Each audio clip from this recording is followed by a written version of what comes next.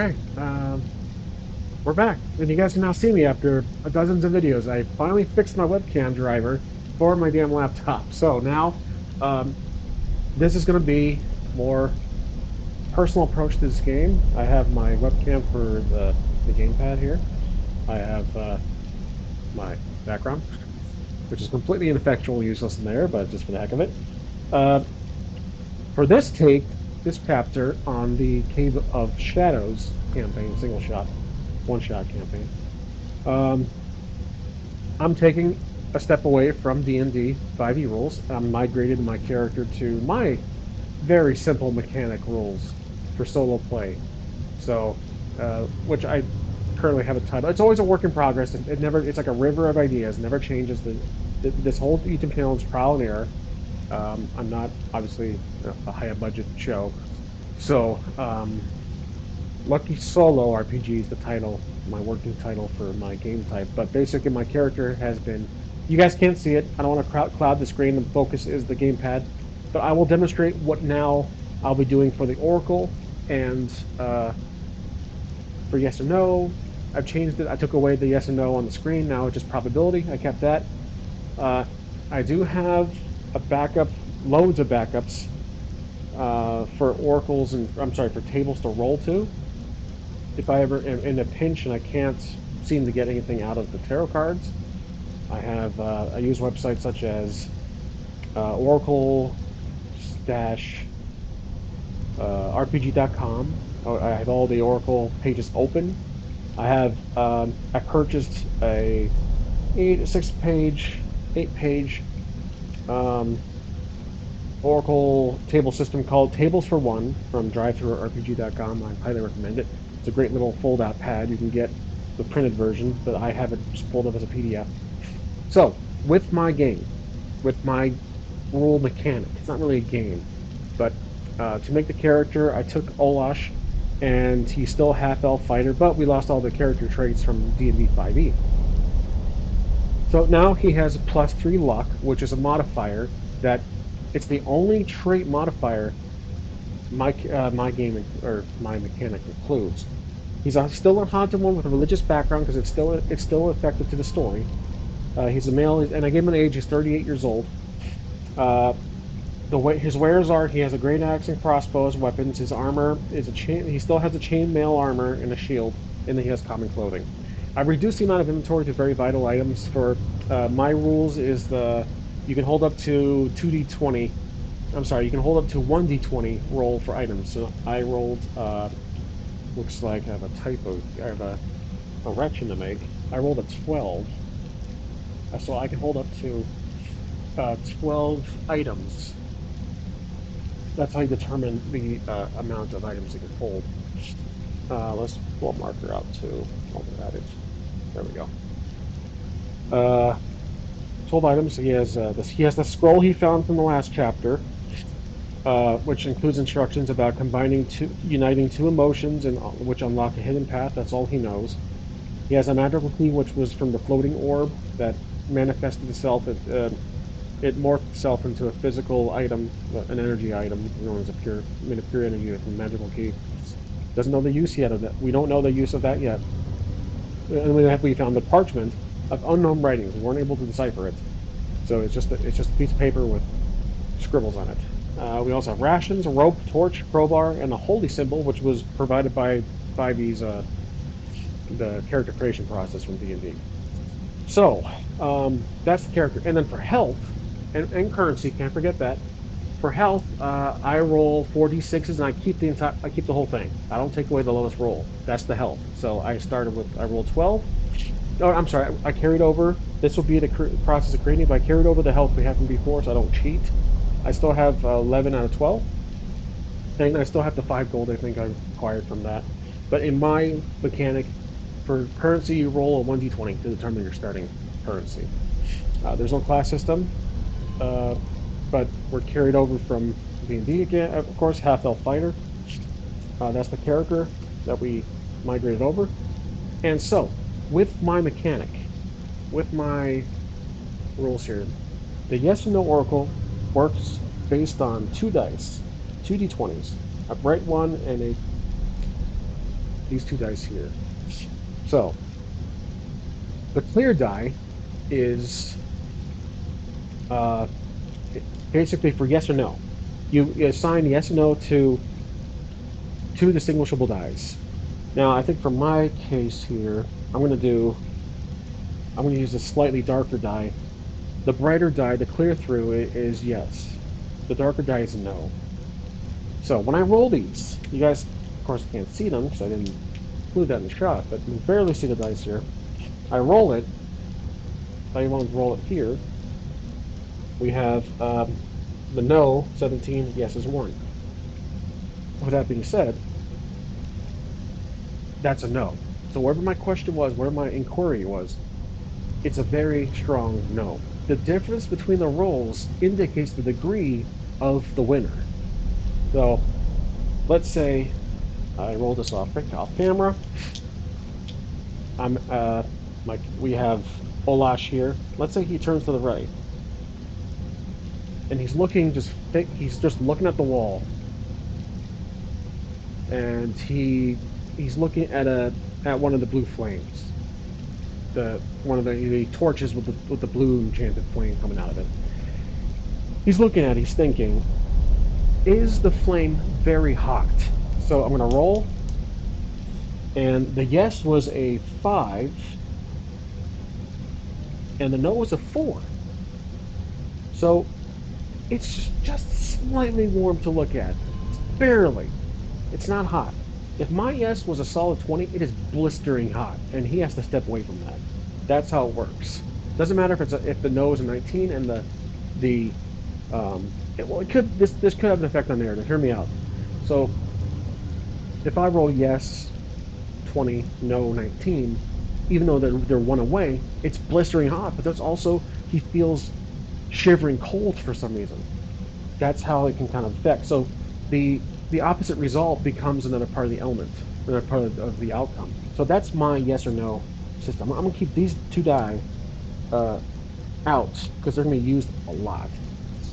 Now that's the yes and no system. Next is what I call, which it's some avid viewers of mine, all one of you, um, you guys know about my lucky throw system.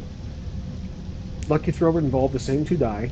These in D&D you have all the skill checks. You have, can I open this lock? Can I jump this? Can I jump over this fence, etc. I combine it all the checks of anything to environmental checks. So these are basically lucky throws. You're basically rolling your task against the environment, against the story. So you roll basically your first one. So whichever die is yours, because I guess my yes die is the clear one, that will be mine. The environment is the darker die. So can Olaf touch can Olaf put his hand in the fire? And let's just say we haven't determined if it's hot yet. Can he put his hand into the flame of the torch without getting burnt? So I'm gonna roll, and it is. I rolled a solid 1, which is I'll get to it. It's a critical failure, and the environment was 19. That's a heavy no. That's a heavy loss, actually. This is not yes or no, but this is more of an achievement degree.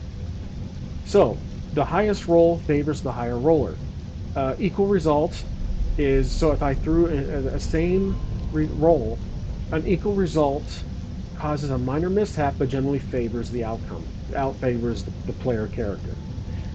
Critical roll 20 causes two favorable outcomes. So if I rolled a 20 and accept over the environment, then I get two favorable outcomes.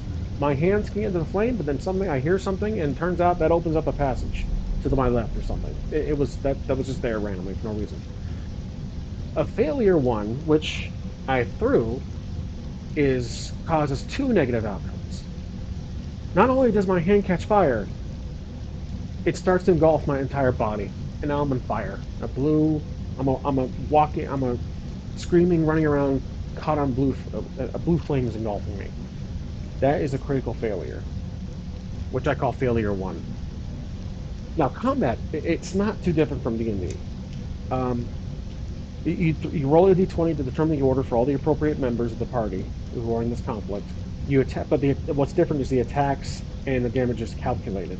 So, as usual, I have my two die here. White is mine. The darker one is the environment, which in this case would be the enemy. Let's say I'm fighting. Uh, I'm fighting another spider who just happens to cling onto my face. I'm going to try slash at it. So I roll to see if it hits, and I rolled a 12. The spider rolled an 8 plus my lucky charm. So I forgot about that. I do apologize, but in the lucky throw method, uh, you have to include your lucky charm, which was part of the character creation process. So with Olish +3, every roll he gets on lucky throw, he adds 3 to that. So that's the modifier. I do apologize. I completely missed that. But with this case, uh, for attacks, you do not include the lucky throw, the modifier. That modifier is only for situational or environmental checks. So I rolled a 12, and the spider rolled a 16, let's say, a 16. Well, I miss, and there's no damage done. So it was a clear miss. Then the spider rolls. Let's say the spider rolls a 19 compared to my 1. I deal 18 damage to that. So that's the damage, which my character, he's done. And there's the actions available for combat are attack, move, or use an item. You can't do any of them within one turn. You have to do one at a time per turn. Equal rolls result in a clash, pushing both. Since we have a grid here, we're working in a grid physical tabletop system. A physical clash happens on an equal roll, pushing both people back, opponents back, and then damaging with 1 damage. So, and you notice that rolls like that for the damage can make or break the game. You can end it. Your character dies right there and there, depending on your health. And my health is only 11, so I'm gonna think that my character is gonna die pretty quick in this because we carried over and we're not using my health system from before, which we could modify my character. Again, my show is about trial and error.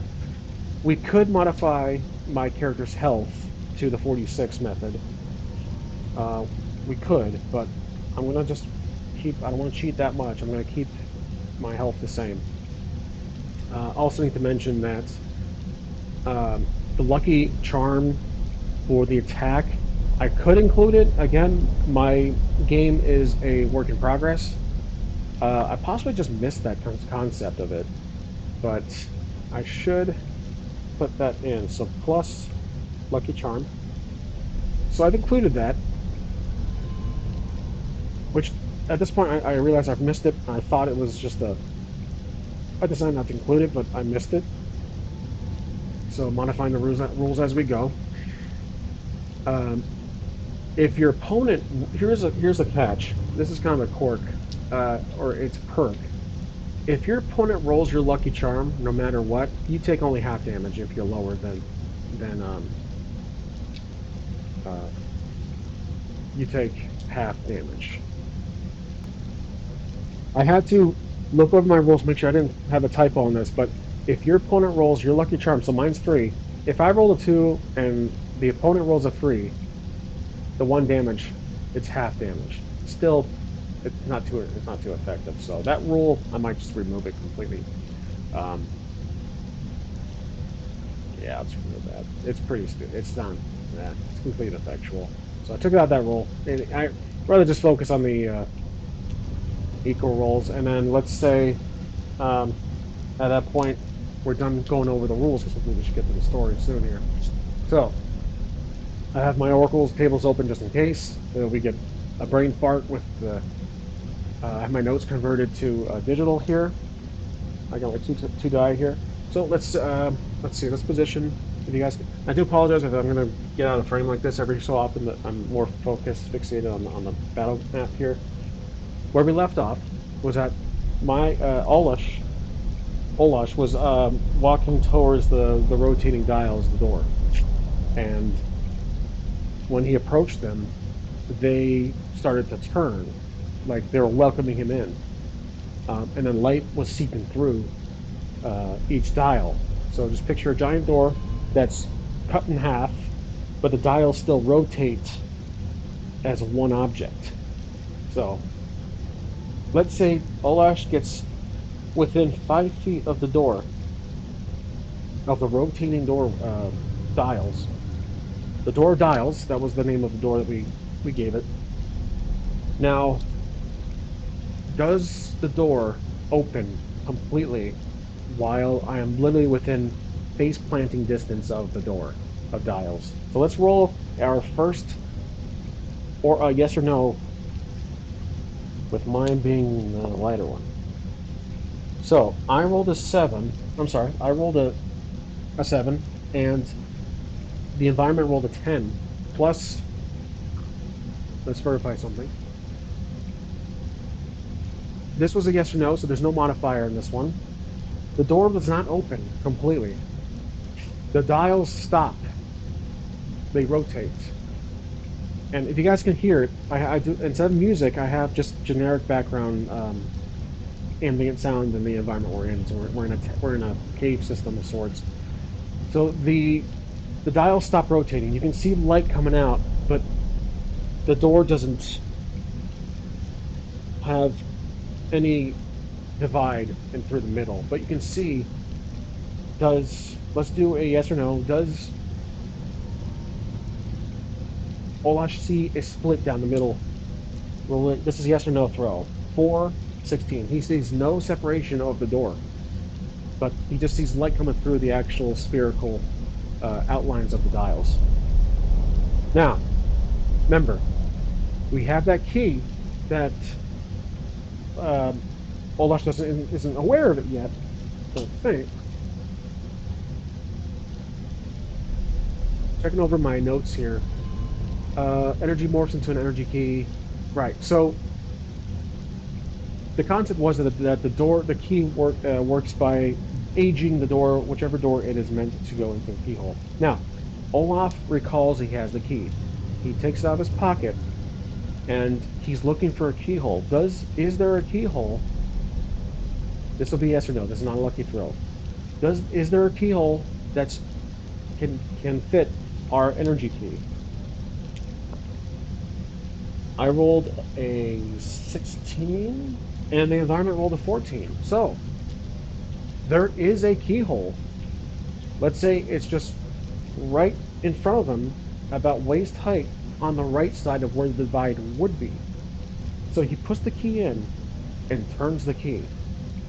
Now, does this open? Does the key fit? We have to see if it fits. We're rolling to see if it fits.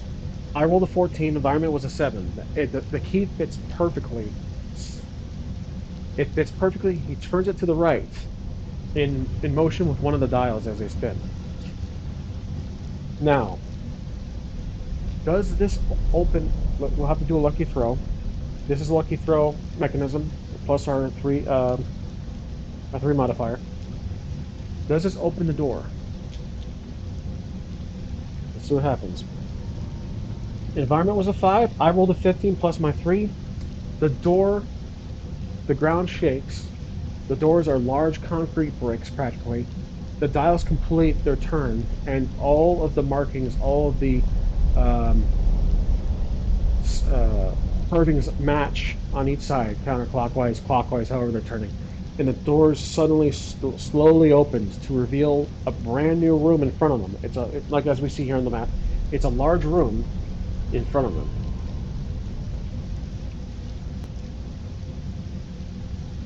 Should get some agua. So the door opens to reveal a brand new room. Let's pull our first tarot card for this chapter. This is what we see. This is what will eventually see. It's the Chariot. So this card, judging by the Chariot, there is drawings of characters on both sides of this individual who is holding a rat or a possum in his hand, but a person of royalty. So I could go the classic route that there's a statue in the middle of the room, and this will turn into a puzzle. But let's see what the book says. Where's my book? Here it is. So we're looking at this, and FYI, I also have a regular card deck, which one of the oracles works off card. The OracleRPG.com works off cards, standard playing cards. So we're looking at the chariot. The chariot is our subject matter for this new room we just discovered, or Olash just discovered. So let's pull it up, see if we can find it. There it is. Okay, so the chariot, you guys can see it. I'll step out of frame here just to show you up close. But the chariot following through on your intentions and manifesting your desires. This is absolutely perfect. It's a mirror. The D&D was explanation. You find a trapped uh, a freed who offers you his services for a year that can find a way to free him. Olash finds a mirrored version of himself standing in the middle. I do have another. I do have another little figurine. I don't collect a lot of figurines. Let's just say that this specter here is a mirror representation, a mirror reflection, interactive reflection of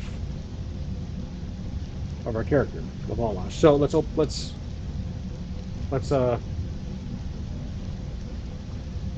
No, I messed up on the notes. Uh, we put the magical key in, and the door is open. So I messed up on the last chapter. I said the door slowly opens as I was walking to it, but I threw in that curveball to make it more entertaining.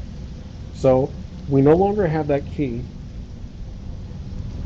in that slot of pure energy. The key's gone. I'm completing my list of inventory spaces. There we go. Uh, yeah, that's fine. So um, we notice a complete replica from head to toe copy of Olash. He's standing in the middle of the room. Is this copy of Olash transparent spirit? This is just a yes or no. Is this copy of Olash a spiritual transparent replica, if that makes sense? I rolled a 9. You've already rolled a 15. It's not. For the most part, it's a physical copy of Olash. It's not transparent, but it has no color because of there was a slight difference between the no and the yes. It's a glowing white specter of Olash. So let's write that down. I'm going to sit down for this. Olash, Olash, Olash sees a glowing white specter copy of himself in the middle of the room. So got that in the notes. I'm only putting very important details in the notes. I'm not trying to detail every single action. Like I take a breath. I took a breath. I blink. I blink. I don't want to do that because I have a tendency to overtake notes. So Olash is going to step slowly into the middle of the doorway. Does the specter move? This is a yes or no. The specter does. Yeah, the specter does move. I rolled. Yes was 16. 11 was a no. But the difference isn't too great. So the specter moves slowly, just as Olash did. So they're practically, as you guys can see, they're practically in handshaking distance right there. Olash stops. He pauses. The eyes of the specter stare at him. The eyes are also white. It's think like Ultra Instinct from Dragon Ball Z, Dragon Ball Super. You guys can see Goku back there. Before when he's fighting Jiren, he's like full glow, but before the glowness goes away, he looks like that, but without the aura. Just more of a general, very faint glow. So his eyes are practically just white uh, to look at. Um, Now, Olash is just mesmerized, and he's trying to figure out what to do because this is like a mirror. You're looking in a mirror. He doesn't know if it's a threat. He doesn't know if it can be spoken to. He doesn't know if it's going to keep going towards him. Because right now they're stopped. We already rolled that when we move, it moves closer to us like a mirror. What Olish does, he's going to take his sword and swap hands with it. He still has a shield and sword. We're going to swap. He slowly does it while keeping his eye on the specter. This would be two possibilities here. We can roll yes or no, or we can do lucky throw to see if we don't cause any um, trouble with the specter. Let's just do yes or no. Does the specter do exactly what we do, what Olash does? I rolled a 14. The yes was a 14, and the no was an 8. It does. Though, yeah, it does. That's a pretty basic margin. It follows Olash's actions completely down to a T. And Olash is surprised. Even his facial expression is replicated. So, but now at this point, Olash is going to try to dig in deep into his knowledge and figure out: is this magic? Like, is this raw magic or is this just an illusion? Because we had the experience in the back with that illusion, that pile of gold that turned out to be some deadly vines that almost killed our guy. But so that's a pattern that we have to follow. Is this a he, Olash is trying to think if he is familiar with this type of magic. Now, with this roll, there's a we still have the modifiers on our left. It is likely that Olash is familiar with this roll. Actually, no, I'm sorry. We don't use the modifiers anymore. Those are gone. We have there we go. We have the lucky charm. I forgot about. I'm sorry. Modifiers are gone. We don't use those. That was from our prior rolls, the prior system. So again, like I mentioned over and over, trial and error. Now we're rolling for to see if Olash has knowledge of this type of magic. Lucky throw. So plus, all right. So I rolled a 13. The environment was 10 plus 3. The 16 against 10. Olash has good knowledge of this magic, and he realizes that this is pure. This is going to be a tarot card. No, actually, this is raw magic. Familiar.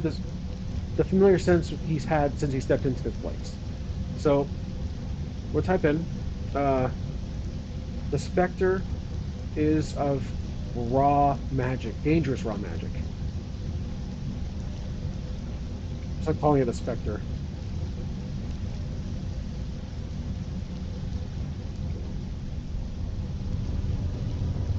Okay, so we're at impasse. We Olaf is just stuck. He has a few feet to move to his left, but the thing is, it what happens when he goes to his left? Does the specter also follow along like this, like a guy trying to do a terrible YouTube prank on you at the mall? So what Olaf is going to do? He's going to look to his left, and what does Olaf see to his left? Let's pull out a tarot. Ooh, I almost thought it was a staircase actually, but um, I'm going over here to show you guys the devil. This can go so many ways. This literally could be the antagonist for this entire campaign if we're going to finish this and within this chapter. But I'm really curious what the um, the book has to say about the devil. So we have the devil. That was quite the draw actually, and I'm really intrigued by what's going to happen here. How we're going to decipher this. So the devil, if I can find it, I have the full. We have all the pages. Usually I just look at the pages, the visuals, quick little glance. There he is. The devil. Here we go. How do we deal with our shadow self? We're literally looking at a shadow self of us, of Olash. This card calls us to cut through lies and see how honest we can be with ourselves. Though this happened when we looked into this corner. Now I'm thinking that there's something else that Olash sees in the corner when we looked in that direction. So the devil was a big player here, but it wasn't actually a physical character that we had to encounter.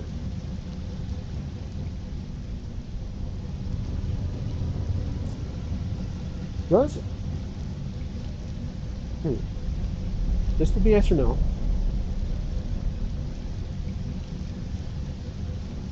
When Olash looks away, the specter in his peripheral vision, does the specter fade away? I'm thinking like if you look directly at the specter, he's there, strong, right in front of you, like he's there in broad daylight. But Olash looks to the side. Does he fade away? And let's say this is going to be a yes or no. I rolled a 19. Environment rolled a 15. So yes, that's not a strong. The specter somewhat fades away when Olash is looking like this. And let's say you guys are the specter and I'm Olash like this. I'll write that down. When when looking away, the specter fades. That's a pretty good detail to keep track of. So Olash tries it to the right. Well, first let's see what we see. Let's roll to see what we what's in this corner here. Is there anything of value significant in that corner or northwest corner? There barely. There's I rolled a 6 and the environment was a 5. There's barely something in the corner. Let's think of what it. Let's pull a tarot card to see what it is. The tower. So a dragon creature breathing fire on a castle. So something that's being something's guarding something in that corner. So the book says of the tower. Let's see. The book says the tower is in a different page. Nope. Voicemail. Voicemail. Voicemail. There it is. Okay, the tower. The collapse of beliefs or material structures that we hold dear. If it's in the non-resistance where we can find peace and wisdom. Now, the D&D explanation is the earth around you mysteriously begins to shake in a violent earthquake. The roll wasn't too separate. I completely forgot what I rolled, but I know it was a yes. Now, he's looking in the corner and he sees, again, I completely forgot what I rolled. I hit the die over it and it was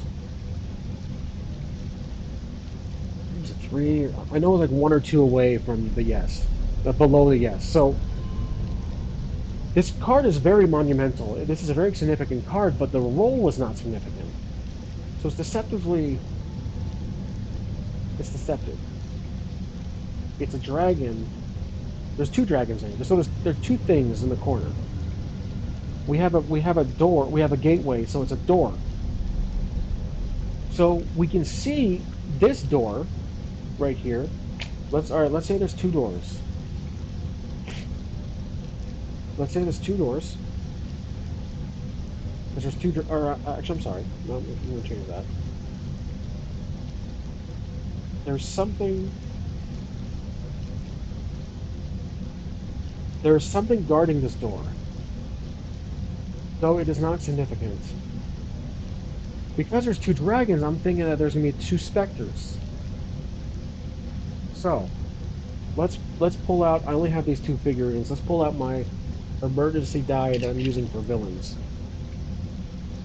There is another specter, though it is not.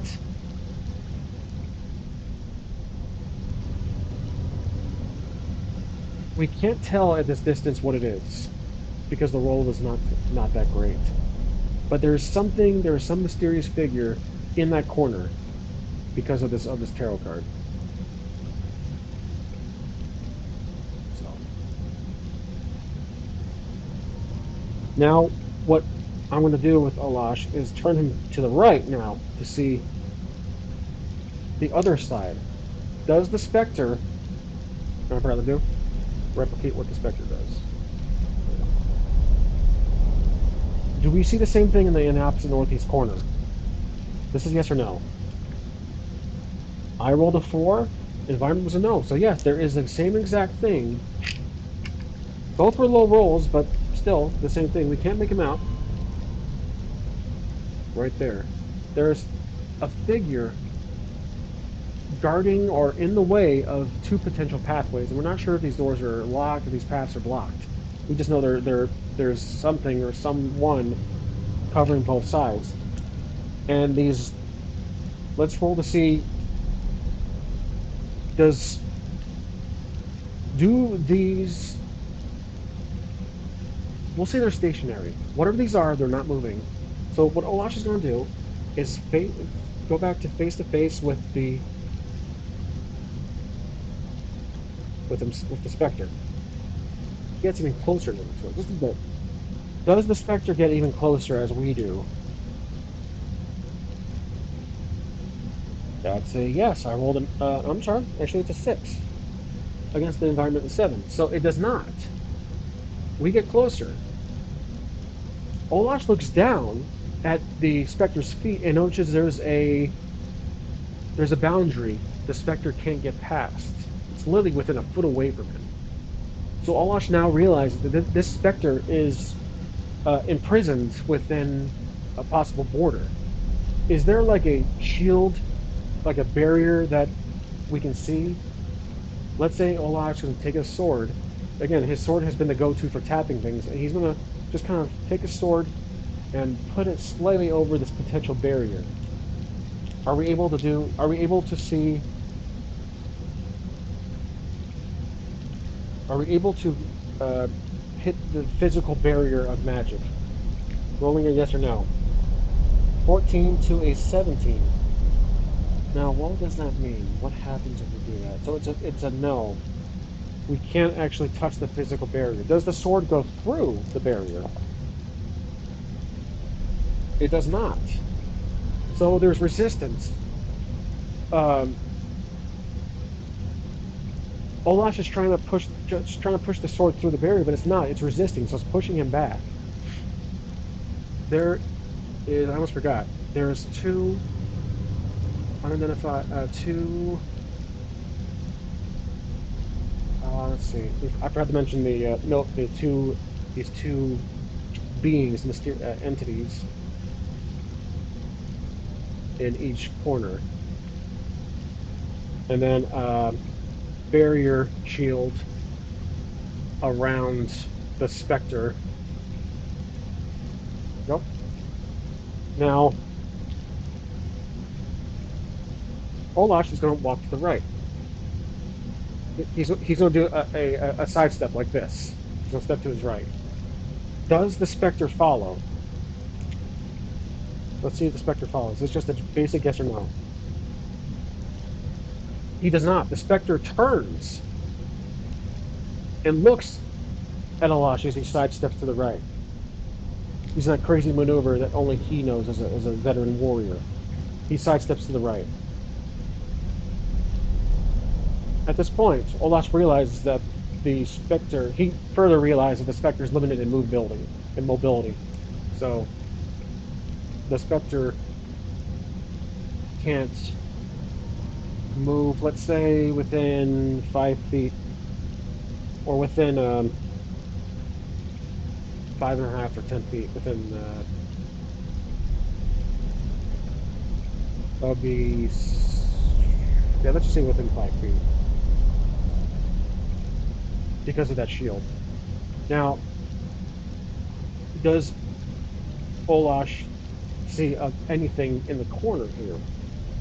He's going to look, just kind of keep his eye on the specter. The specter's not moving or attacking at this point, but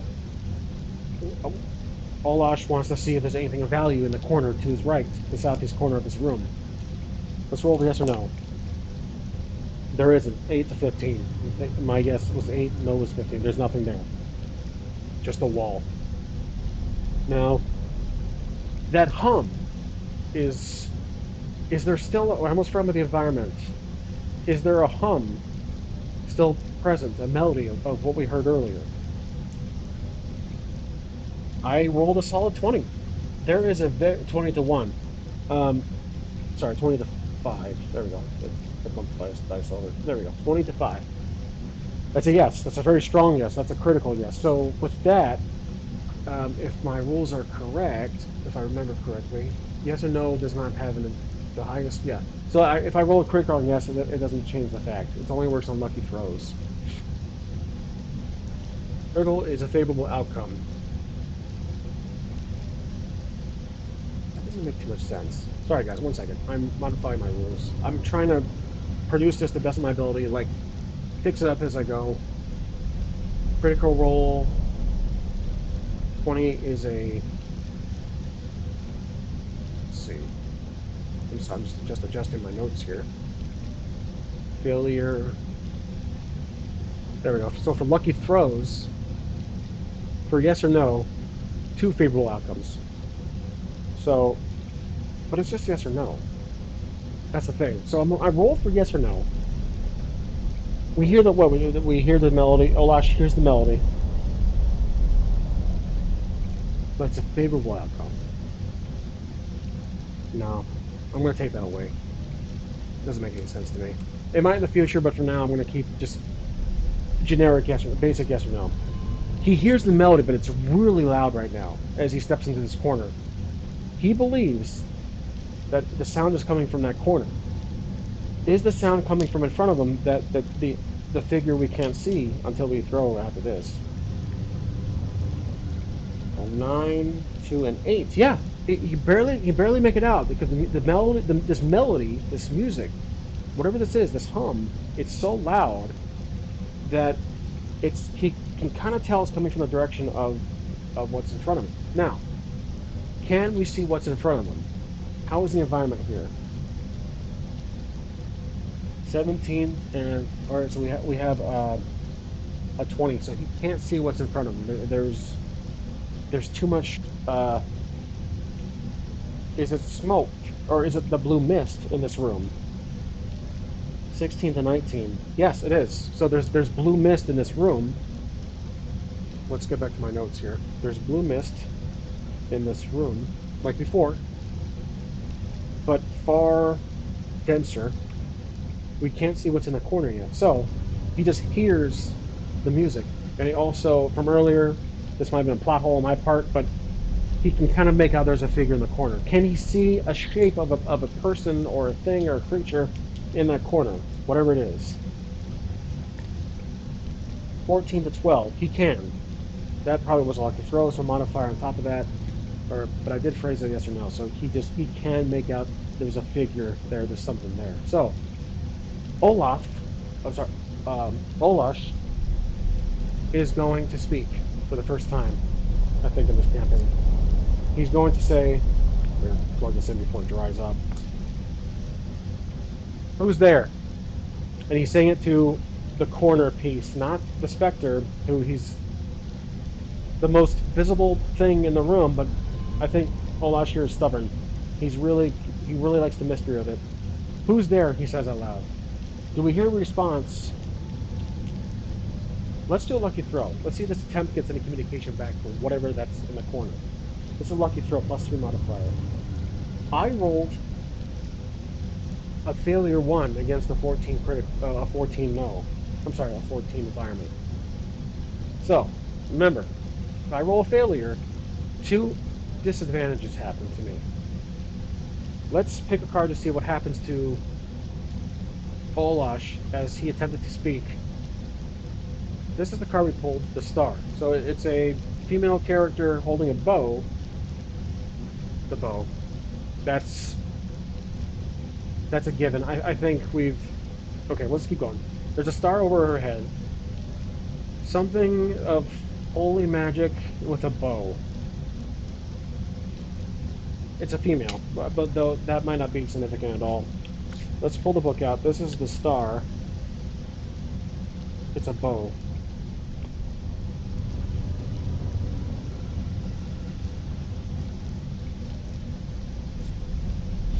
So this is the star. Make sure my recording's good. Good, good.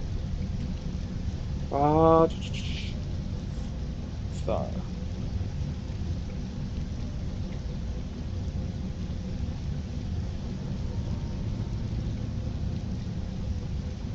Oh, here. Okay, the star. We have finding something to focus on that can guide us through the life. Our internal guidance system, our North Star. The D&D explanation is You find a mechanical toy puppet that always walks to the nearest tavern. So it's a thing, but we don't know what it is. That's the problem. We can't see it. But what we do know is that, let's sit down for this. The star is potentially a threat because of the critical failure. So we need two disadvantages here. It's a threat, and it has a weapon. Let's just say it's a turret. Or I'm sorry, it's a turret. It's a weapon. And we can hear it turning.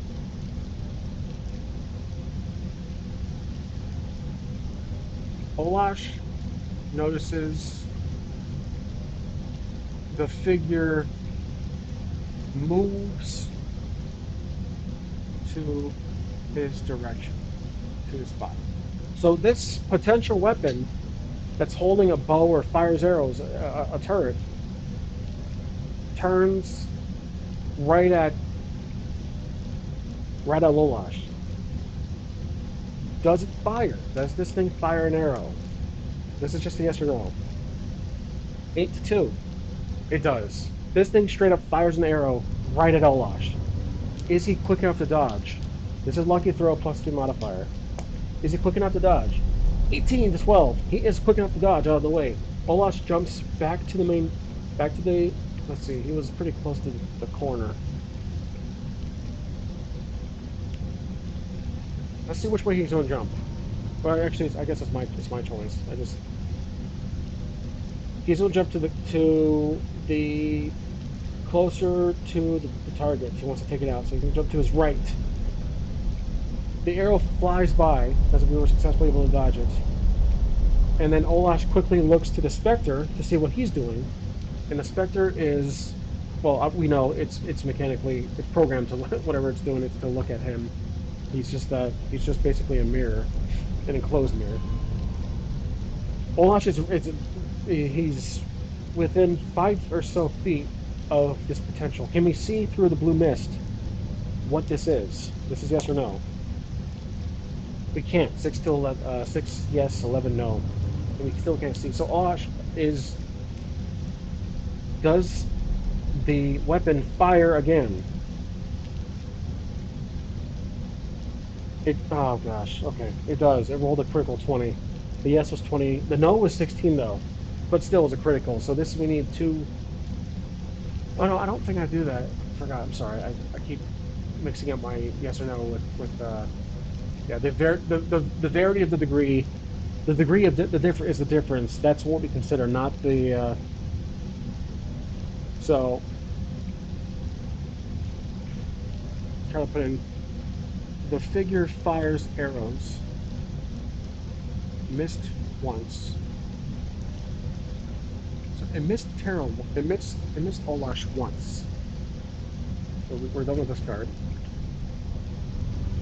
We can find a better pile for these cards. We'll just do this. There we go. Okay. There we go. Okay. So does okay? Oh yeah, it does fire again. We had that. So once again, he sees a shadowy figure turning back to him, but now knowing it fires, he's going to jump out. He's going to attempt to jump out of the way. Jump out of the way. So he's going to jump to the left. Now, are we able to jump in time? That's the problem. 19 to 16, we are able to jump in time. So the arrow flings by to where Olash was standing, and now we're literally within 5 feet. He gets closer to it with his weapon ready, sword in hand and shield in front of him.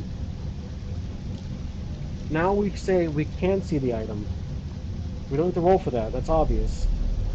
Let's pull out a card to see what it is that we're looking at. The moon. That's what we drew. So there's a creature with claws. And then there's a maiden here. There's a lady holding an orb. The orb might be, or the sun, or it could be the moon. But it's a twofer. There's two different pieces of symbolism there. So this is called the moon. Let's see the star. The moon's right. Yep, I was right. The moon's right after it. Facing allowing deep Seal fears to dissolve into the light of your awareness. Remove words from the mind and breath. The encounter, the D&D Wiz says you encounter a sorcerer who wants you to look into her crystal ball. Giggity. So that is, this has multiple meanings. I think this part's pretty generic. Facing around in deep-seated fears. So we're fearful of whatever we're looking at, though there's light coming out of it. Are we looking at some consistency here? A pattern of orbs that have multiple purposes in this cavern? I'm gonna say it's an orb. Because the fact that we have the moon here is that there's this magic that likes to take shape of things, and so we see Olaf sees an orb again, but this time it's the color of, is the orb white? 9 to 7. It is. So this is the same color as the specter. So this room is consistent with its magic. So the weapon is an orb, white energy. So it's floating above the ground like before, but Olaf is seeing a pattern here. But before he can think, he needs to strike it. So he's going to strike the weapon, this orb, with his sword. Does anything happen? Does the sword go through it? Can he? Is it literally like a bounce? Like he swings the sword out, and it goes flying across the room, like it bounces like a beach ball, or can he actually destroy this thing while the specter is behind him? So he has his back turned to the specter. They're the same source of magic, the same color. What happens when we strike? When Olaf strikes this orb, this defensive orb that fires arrows, and Spectre is right behind him. So remember, we're swinging the sword, and we know the Spectre does the same exact thing. So we can't forget about the Spectre. If he might swing his sword. So while Olaf is going to swing his sword, he remembers that the Spectre right behind him, he's going to jump to his right really quick to swing his sword. So he's going to do a jump with a swing, like a baseball bat, and the Spectre's doing the same exact thing. It's just as a precaution, even though we're not exactly close enough for a swing. Are we able to hit the orb? Actually, you know what? This is gonna be a lucky throw because this is a task. So +3 on this throw. 10 to 4. We are able to swing at the orb. So we hit it. Now, does the orb disintegrate? Does it have? We have to figure out if it has health. So let's pull out a card. I'm really curious. This might be a little overkill with this orb. We just struck it, but the sun. We pulled the sun. It's a guy on a horse with a sword of some enchantment on it. But I'm thinking that this is kind of a very victorious moment for Olaf. So I'm going to say he strikes it and the orb disappears. He destroys it because of the sword. I don't even have to bother with that card. We know he struck it. So he destroys that orb. Now, what happens? Does anything happen? Let's see. He destroys the orb. Does anything happen after the orb is destroyed? That's the question. This is just yes or no. I rolled a perfect 20. Yes is 20 and 14. So something happens significant here. After destroy this orb, let's pull a card. Oh, 3 of strength. There's more people now. So 3 of strength. We have 4 total characters. One's chilling. The other 3 are standing up or sitting down. So it's a group of people. It's a group. There's multiples. He destroys one. I have a feeling another one's gonna pop up. So let's use the book for this one. This is 3 of strength. I gotta sit down for this. 3 of strength. This is what we're checking. It's we're back to the skill ones here. 3 of strength. The 3 of strength, expanding your circle of influence and communicating your ideas, making progress. Interesting. We're making progress. Well, yeah, we're making progress. That's obvious. We just struck down one of these threat a threat. We're making progress. Something opens. It's in our favor. Something happens. We never said it was bad, but something happens. I believe. Was there a doorway? Was there a closed door? Is there a closed door now behind where that orb was? There isn't. I rolled a. The yes was no. It's a no 14. There's no longer a door. There's an empty room. There's something behind where that orb was. Olaf looks quickly to the specter, and the specter he's looking. We don't need to roll. We know the specter can't come within. Can't leave his little barrier. Olaf is going to enter, stand in front of this small little room. Do we see anything in this room? I rolled a. You know what? This actually is a card moment. Let's draw a card. See what we see. See what we see.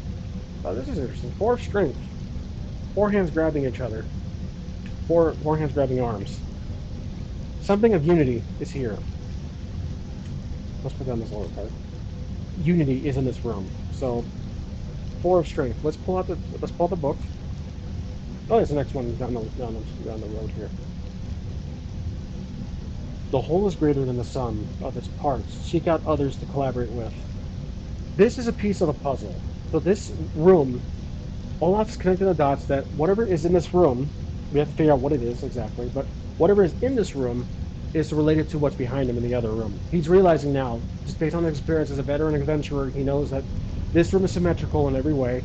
There's a there's a there's a secret room here, not really secret, but there's a room here. And on the other side, there's gonna be a similar orb. If he talks or makes noise, he's now realizing that these orbs are triggered by environmental changes in sensory. So um, the northeast room has a significant, let's see, presence. But what is in there? That's the question. Is it a physical item? Let's keep this card out for now. Is it a physical item? I rolled a 17. Yes. One, no. It is very much a physical item. Now, what is this item? Let's draw a new card. It's an item of unity. That's what we know. I do like this little the Y in there. I'm sorry, that little design in the middle. Kind of like a I'm not sure what that is actually. Hmm. This is a tough one. This is really a tough one because it's a physical item and he finds it. It's himself. Or it's something that he's familiar with, that it's from before. He's familiar with it because it's grabbing on. It's different colors. It's something he cares about that he's been holding on to for so long. Hmm. Let's see what we have our items here. We have the parchment and we have. Oh, yeah, that's right. We have the two emotions. We have the scroll. It's a reflection, but it's an actual mirror. Let's pull another card out because I'm drawing up multiple conclusions here. I have the strength. What's inside it? There's three individuals here, both of magic. This is the five of strength. So we have unity, presence of unity. I have no idea what to do next with the scroll. The five of strength. I did not shuffle these too well. Being focused on totally on being in the moment to work together effectively, letting go of competition. Traveler's surface giant spider has died, leaving its owner distraught. Can you get some giant spider eggs? Giant spider eggs. That would be a twist. So there is spiders in this cavern. We've dealt with it. Are there spider webs in this room? Let's roll for yes or no. 7 to 9. There is no spider webs in this room. Are there spider eggs in front of us? 9 to 4. There are. So there's living spider eggs. This is really strange, but we apparently there's gonna be a little nest of spiders, big ones. Actually, that roll wasn't too significant, so let's just say there's like 4 or so in the corner. I think this is a test. Olash is thinking that this is a test. He turns back to because all in this room was just some spider eggs, and also, is there something else in this room besides the spider eggs? The spider eggs might just be an environmental addition to what's actually in there of value. Let's see. Is there anything else in the room? 18 to 3. So yes, on my 18, 3 was no. There is something else in this room. And I'm gonna say we have this wizard. It's something of 3. It's a trifecta. But what I do like is this little. It's another dial. It's a seashell, I think, in the picture, but it's another dial. So there's a large dial on the wall. He notices it now, past that little harmless egg of spider eggs, spider nest. There's a dial. Well, 3 dials. There are 3 dials on this wall. 3 dials on the in the northeast wall room. Room on the wall. We're gonna highlight that one.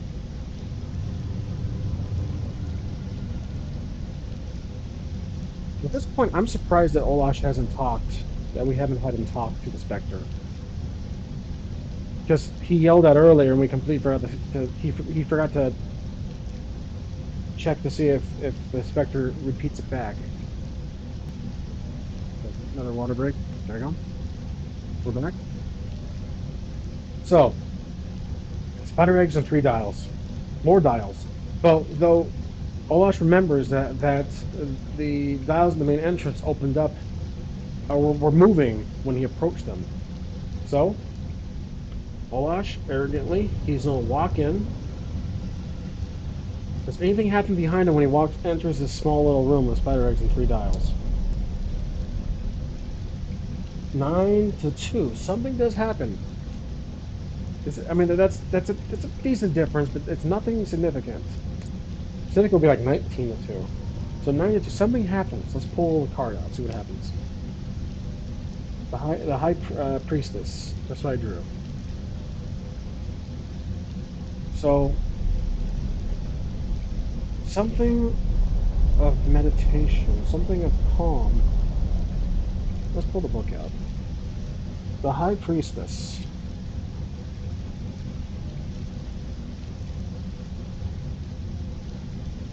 There she is.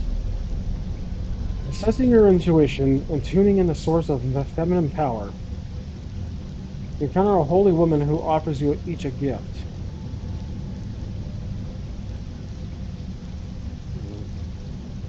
Assessing your intuition. Something does happen,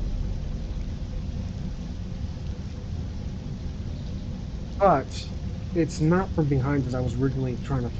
Originally, I was thinking that the door closes at him, but we didn't. This card doesn't represent closure, literally. There are 5 orbs that are hovering around her, and she's doing that pose. Her eyes are closed.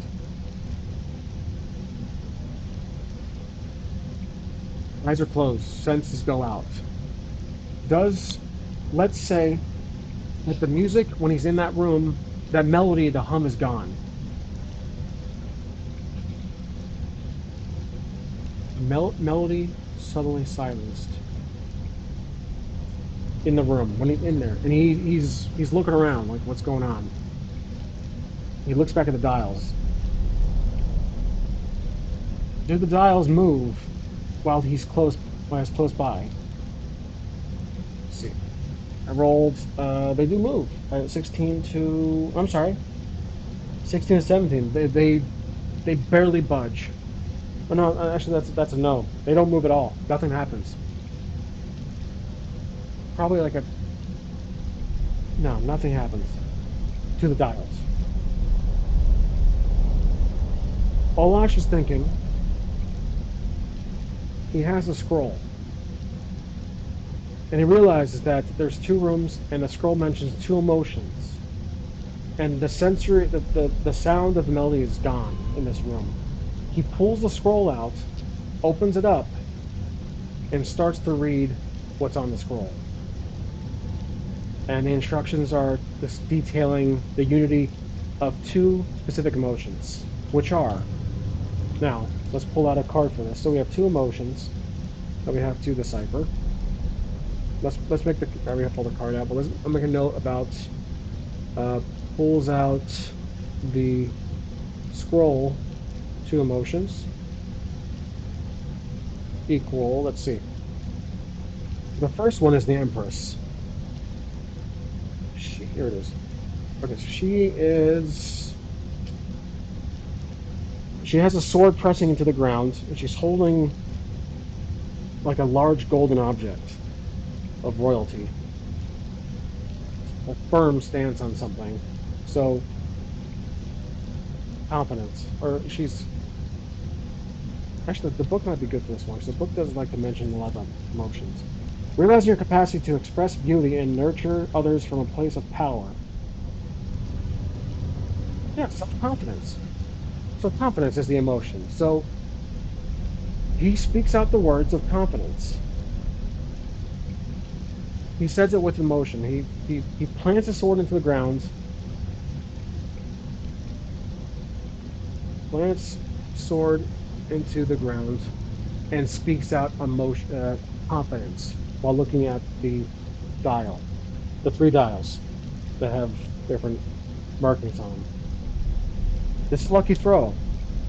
He's trying to do this to interact with the dials because he's realizing now that with the scroll and the sword, do is he successful in this? Nine, oh, 19 to 12. He is. So the three dials, it's not a significant difference, but with my lucky charm, I still got it. The three dials turn, and they all are positioned the same. There's two on the bottom, one right on the top, kind of forming a pyramid. The three dials take shape. Just take shape and all match. Does anything happen when these three dials take shape? Yes or no? I rolled a perfect 20, or no, nothing. 20 on the no, 5 on the yes. Nothing happens. The dials change shape, but nothing happens. And at this point, Olash realizes that he needs to get to the other side and do the same exact thing. Figure out. So he puts the scroll back in his pocket, and he steps out of that that room. Now, is there still the heavy blue mist that blocks practically visibility past 5 feet? No, there's not. That's a big no. I rolled a 19 on the no and 3 on the yes. That's a big no. The mist is just mysteriously gone. So steps out, mist is gone. Just it's just gone. Now is the melody, the that faint hum of music still there? It's not. 17 no, 8 yes. That's a good difference right there. A 9. So mist is gone, the hum is gone. We also have to see if the specter is there too. Is the specter still present? Now this is interesting. He is, but only by one. It's a critical. I rolled a critical 20. The no was 19. He's there, but he's partially transparent now. So Spectre, appears transparent now. Slightly transparent. Like maybe half. Let's just say half transparent. If it was a much bigger yes, it would have been he's probably just gone. But he's still. Is he still looking at us? Is the Spectre still looking at us? He's not. So the Spectre now. Let's see. Let's roll for direction. I think that's actually my oracle here. Let's now do our official reference here. This tables for one does have directions, so it's a single d20. We'll do the white ones. These are on this deck. Um, let's roll. See which direction he's facing. 9. 9 is east. Now he's facing east. His back turned to the other side. He's not moving at all. Olash is confused, but also realizing the fact he's transparent means something is working. There is some progress being made.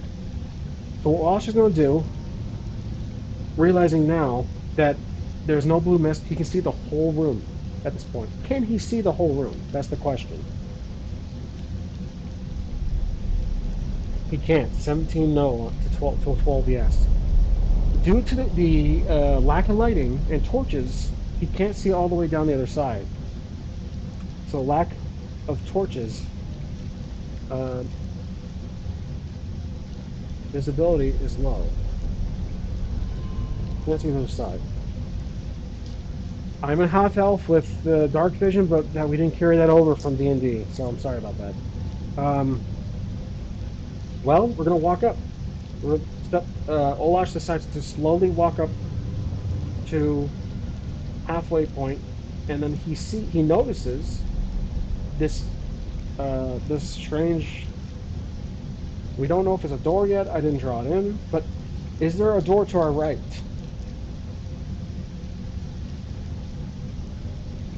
There is not a door. It's a 19 no to 16 yes. So he sees he sees a marking of a door, like the wall is slightly pushed in.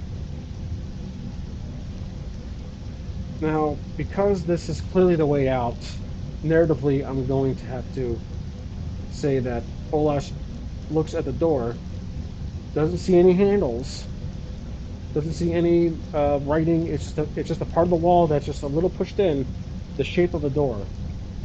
He taps it with his sword. Does anything happen when he does that? While the specter is still facing east, does anything happen? Yes, 13 yes to 7 no. Something does happen. Let's pull a card out. He's playing with fate here. The Emperor. So we have this guy sitting on a throne. I think this is the Spectre. This symbolizes action from the Spectre, a firm stance, like a ruling. Suddenly, we hear a moving. We hear a rumble, and the ground starts to shake. He sees something take shape right here in the other side of the room, and then in his peripheral vision, he notices the Spectre turn to him, and now he's facing the Spectre once again. So the Spectre is back in play. Is the Spectre still transparent? Yes, he is. 16 to 6. He's still transparent. So he's facing us now. So Wash realized that touching that door was not good. And the ground still shaking? Barely. 4-3. So 4 for yes, 3 for no. The ground is barely shaking. He feels the tremors. And then he realizes that, let's see, he touched the closed door near the exit. Ground slowly shakes, rumbling. So I'm just putting that in. The Spectre faces him. Spectre faces him once again.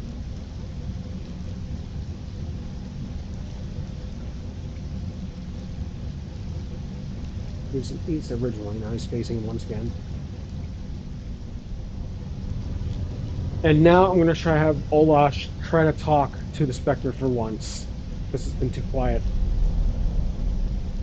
Olash attempts to speak to the Spectre. This is lucky throw. We're going to attempt to speak to the Spectre, see what happens. So I rolled a 9 against an 11. Plus 3, 10, 11, 12. I'm barely able to get an answer out of this guy. So we rolled a 12 with my lucky charm modifier. That's 10, 11, 12 to the environment's 11. The Spectre does speak back. We attempt to speak to the Spectre, but because it was literally one roll higher, 1 point higher, I'm pulling another one. This is what I pulled. The Hierophant, if I'm pronouncing that correctly. Let's pull out the book. Using spiritual understanding and wisdom to perceive the world, you find a holy book written by a wise sage that contains a cryptic secret hidden within. A cryptic secret. So the Spectre speaks, mumbles something very faint, but it's just gibberish at first. Can the Spectre but mumbles some gibberish? I'll just say unknown language at first. Let's do a lucky throw to see if we can understand what he's saying. The lucky throw was 18. Mine was a 3. The environment was 18. I have no. Olash has no knowledge of what he's being said. Olash does not understand at all. So he's still standing there talking. After the Spectre whispered those words, does anything happen to us? No. That's a solid no. 1 to 11. It's almost like a response to what trying to open the door, like it's a warning. Olash realizes that nothing's happening right now, but it's like a response. And he's concluding that if he tries to speak again to the Spectre will just mumble something else, like how I talk. So at this point, Olash realizes the only thing left to do is to approach this other orb if he can see it. So we're going to walk up 5 feet slowly because Olash is realizing that the other orb was triggered by noise. Now it's motion without noise. So he's slowly walking up. Does this orb respond? We'll just roll that. 17, no. So nothing happens. Do we see an orb? Well, it's consistent, so that we don't need to roll for that. He sees the same orb from before, same type of orb. Sees the other orb, but no danger yet. Uh, Olash is quiet. Now, Olash now realizes that the orb is triggered by the noise, by a noise. And he's thinking, should I just slash it away or should I walk around it? Is there room to walk around it? Yes, there is. 13 to 2. There is room to walk around it. So, Olash is going to walk around it. Grab more water, which I have a tendency to do. Olash is going to attempt to walk. Let's do a lucky throw to see if he can walk around it without any trouble. I'm guessing the Spectre is still looking at us. Okay, lucky throw. +3 modifier on my roll. Oh, God. I rolled a 20 for the environment. That's a critical failure, and mine was only an 8. Shoot, plus a 3, but still. Critical failure. The rules are, my rules are, failure causes 2 negative outcomes. Shoot. This is bad. And we know this orb can be very defensive. Hmm. Okay, let's draw a card, see what happens to us. To Olaf. Olash. 2 lovers. So that's the card I draw. There's 2. There's two characters facing, and they're looking at some kind of portal down this grasslands in the distance. Uh, this is perfect. Two things colliding. Guess what happens? I'm gonna have to deal with two enemies right now. I believed. Let's read about it. The lovers one. This is gonna be a love triangle. I believe we're gonna be fighting now the Spectre and the Orb. Finding harmony and relating with yourself and others while honoring your values. Now, yourself is the Spectre and the others is the Orb. Finding harmony, but I don't think that they are because of the critical failure. So, yeah, the D&D expression, the D&D description was not relevant. So, here are the two failures here with the lovers card. The Orb reacts vibrantly and threat with a threat as a threat. It takes the shape of it starts to the orb starts to become deformed. So uh, Olash attempted to step around the orb, but critical failure. The orb takes becomes deformed. Now, while the orb is doing this, like it's twisting itself around. Olash quickly looks to the specter, and the specter. We have two critical failures here. The specter is the other one. Draws his sword, and now, while the specter draws his sword, is the barrier down? Let's roll for it. I rolled. Yes was 8. 14 was no. The barrier is still up, but the specter has his sword drawn. So not entirely a second failure as I was hoping for. The orb becomes deformed. I'm gonna bold that one because that's very important.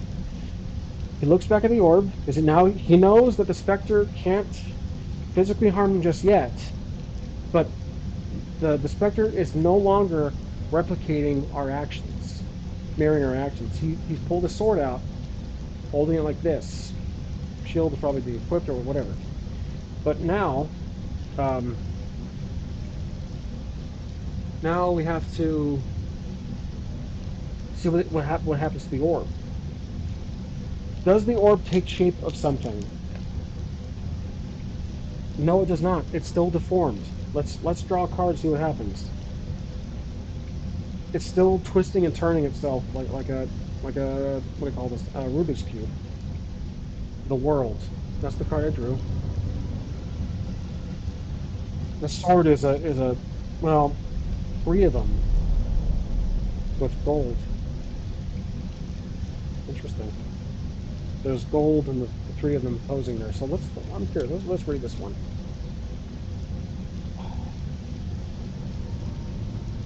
The world. I don't think I've had this one already. I don't think I drew this one from earlier.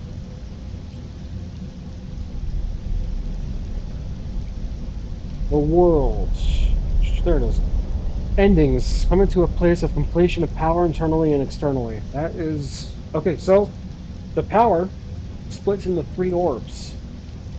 Uh, the orb splits into three individual orbs. So now my emergency dice, I need three orbs. Now we have three orbs that are presently in front of Olash. Olash steps away. Do the orbs attack in any shape, any way? Yes or no? They don't. 18 no, 17 yes. They don't attack, but they hover there as if like I triggered them and now they grew in size to block the path. So it was a failsafe or it was a defense mechanism. Olash is realizing this now. He's thinking they're not attacking. I didn't make noise, but I got within their bubble. and they literally multiplied like cells to block the path. I don't even have to roll for the fact that the door, that path, that room that we're trying to get into is now blocked. I made the situation worse for myself because Olash is realizing whatever was in that room, the other emotion on the scroll was the only way out of here, only way to get deeper to try to find the boy. Oh yeah, by the way, I did a little clarification from earlier. Things I missed. Trial and error. The neighbor's son is Little Jarko. That's his name. That's just what I made up. And kidnapped by an unknown antagonist, last seen outside to keep the shadows, which we already knew. Yep, that's it. That was the only thing. Oh yeah, and the Dark Forest was the name of the forest. I don't have a name for the village just yet, but that's if we can get that far. So Little Jarko is the boy's name.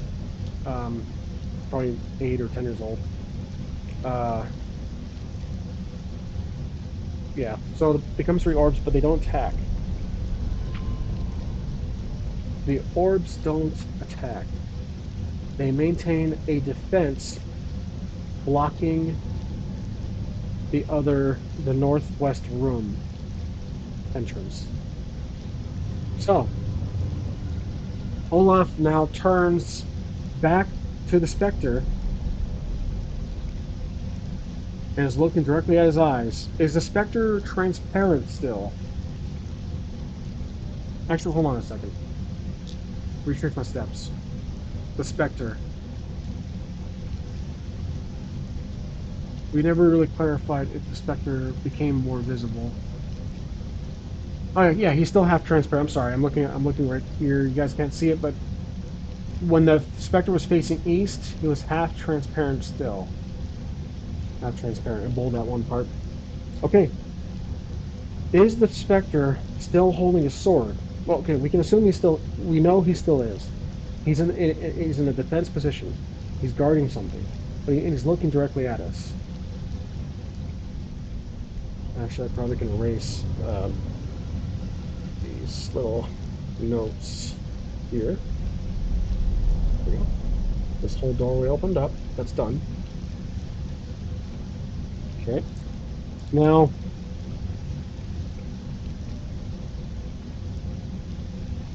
I'm trying to figure out what to say here. Is the barrier still up at this point? Uh-oh. Double. 8 yes, 16 no. The barrier is no longer up. It's gone. Whatever protective barrier was encasing the specter, he's free. Now, does the specter approach us? Does the specter attack us? He does. We officially have an encounter. The specter is attacking. I rolled a 13 yes, 5 no. The specter attacks us. So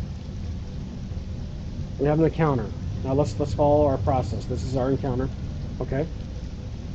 This barrier. Okay, I gotta sit down for this because there's a little more involved typing wise. The barrier is down. The specter attacks. Encounter. So I'm going to type in encounter here. We'll roll to see who goes first. We have roll for the hero. This is just a 1d20. We'll roll for that. 14 for Olash. And then the specter, obviously, he goes second. But we'll roll for anyways. So, or no, I'm sorry. We need to still roll for him. Spectre is second. So barrier went down. Olash saw the attack coming a mile away. So he's ready in battle position. He knows he has to attack.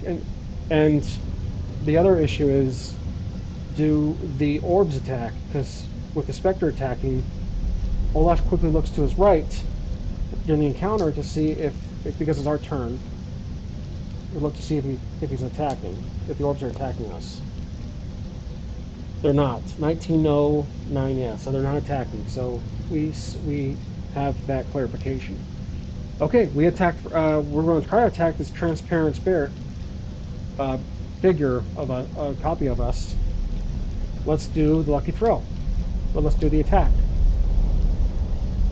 17. Oh, I'm sorry. We haven't. Shoot.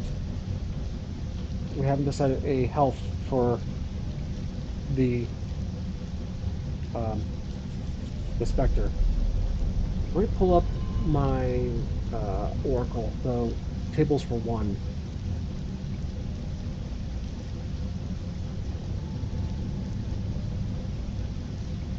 I might just do this based on my just on our own roll. Yeah, I don't see anything for regards to health. So I'm going to decide health is going to be 1d20 or 2d20s. Okay, so we're going to roll 2d20s. The total will be the health of the Spectre. 14 and 2, so 16 health. So HP 16.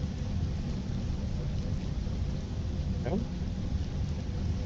Okay, so we're going to swing first. This is going to be our first shot. 18 to 16. I deal 2 damage to. Oh, yeah. Well, hold on. Does the lucky throw. I forget my own rules. Does the lucky throw. Lucky charm part of combat? Lucky charm is only a part of combat for the. Oh, I completely forgot that. It doesn't matter now. We were first.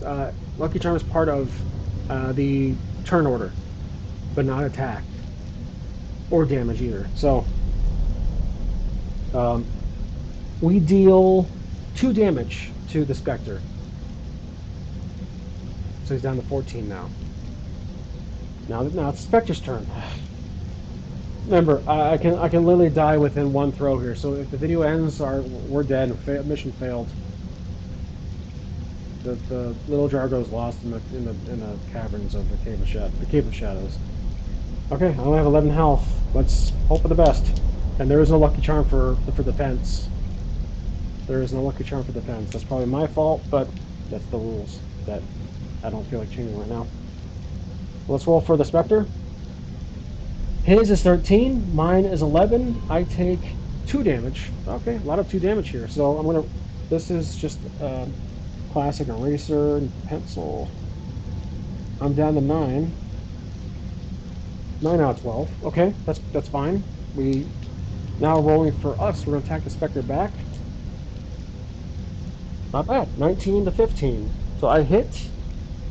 Let's see. 16, 17, 18, 19. That's 4 damage to the Spectre. He takes 4 damage. Spectre's back in play. He's going to attack. Oh, okay. We have an equal roll. 11, 11. So remember, it goes to 11. Don't even touch it. Don't even look at it. Let's see. Spinal Tap, FYI, for what I was referencing. Great movie, great parody of mockumentary music videos, mockumentary bands. Um, Equal rolls result in a clash, pushing both opponents back 5 feet, -1 damage taken per party, per person. So we're back 5 feet each side.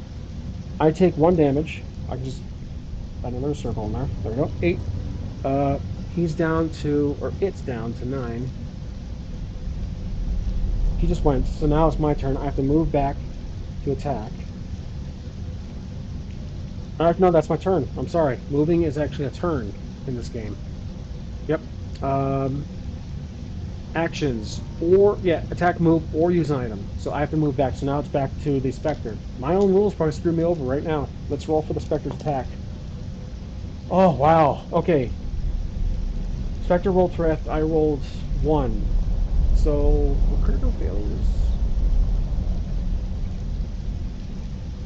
Nope. There is no failure rule on attack rolls. Okay. So I take 2 damage again. This is not good. 6. My turn. I'm gonna strike. Going for my sword attack. Oh my gosh. 2 to 1. I only mine was 2. His was 1.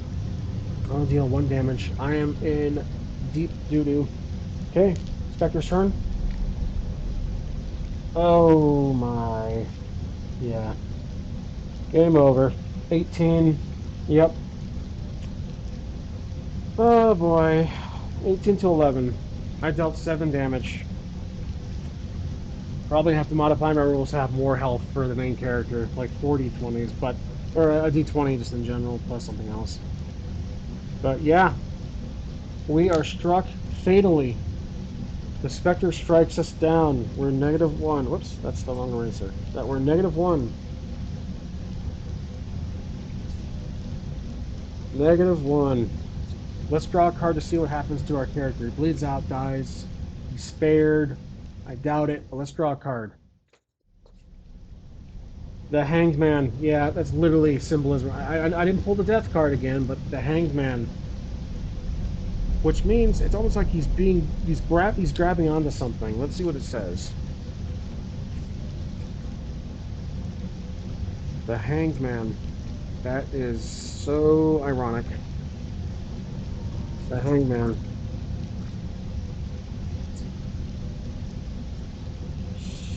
The necessity to look at something from a different perspective.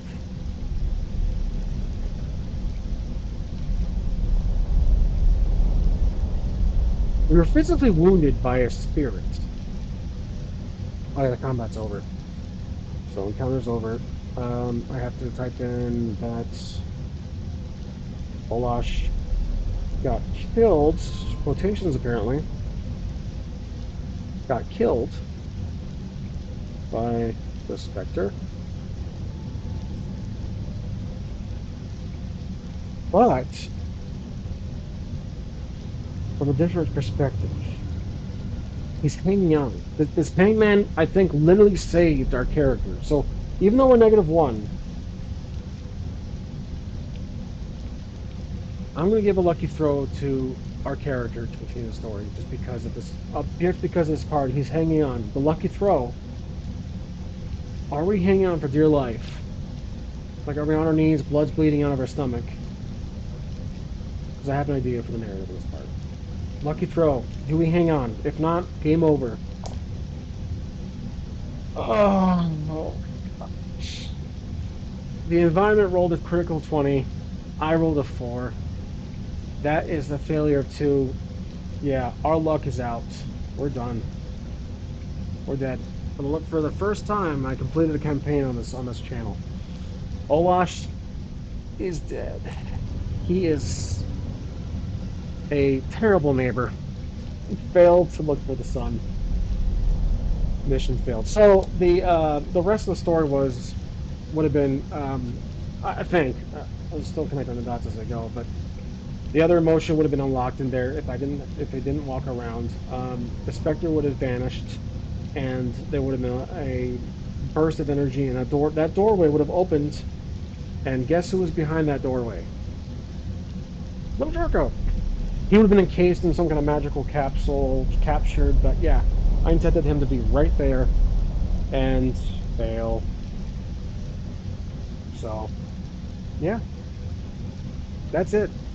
This campaign one shot failed because of um, my low health per D&D logic. Because D&D they have AC, and that protects you from a lot of attacks, depending on it. Which mine was like 16, 18, I think.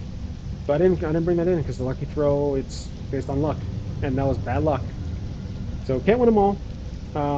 I try to continue the story with the card. He hung in there. I gave him another chance for survival. Rolled it. Literally critical failure. Critical roll for the environment. So no, he would have been spared or healed partially. Something happened. Another venturer would have busted in to help, but no, he died. So there you go, guys. That is the end of this very, very fun. Absolutely loved this traditional tabletop approach compared to my usual digital virtual tabletop approach to these with AI, etc.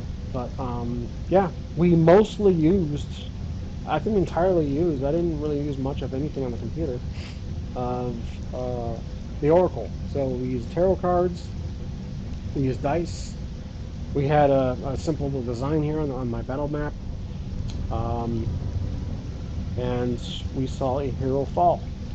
So great story. Some things were left out. I wish I could have revealed more, but um, like the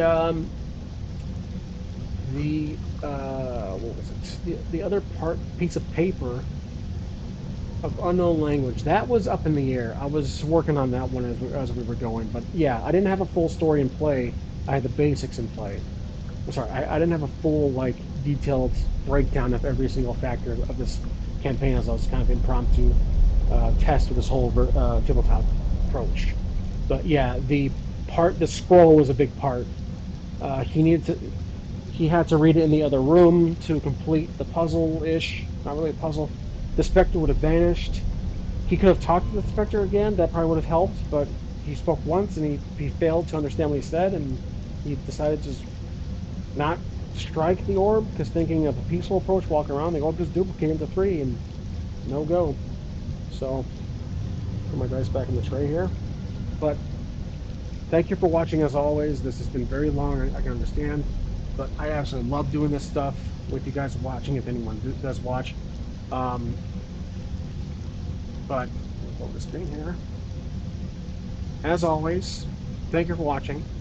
And I'm hopeful that sometime next week, because Thanksgiving is done with, friends are back in town, and I hope we can do the Bastard Company 4, I think, part 3 or 4. I want to say 4. Yeah, 3 or 4. I think it's 4.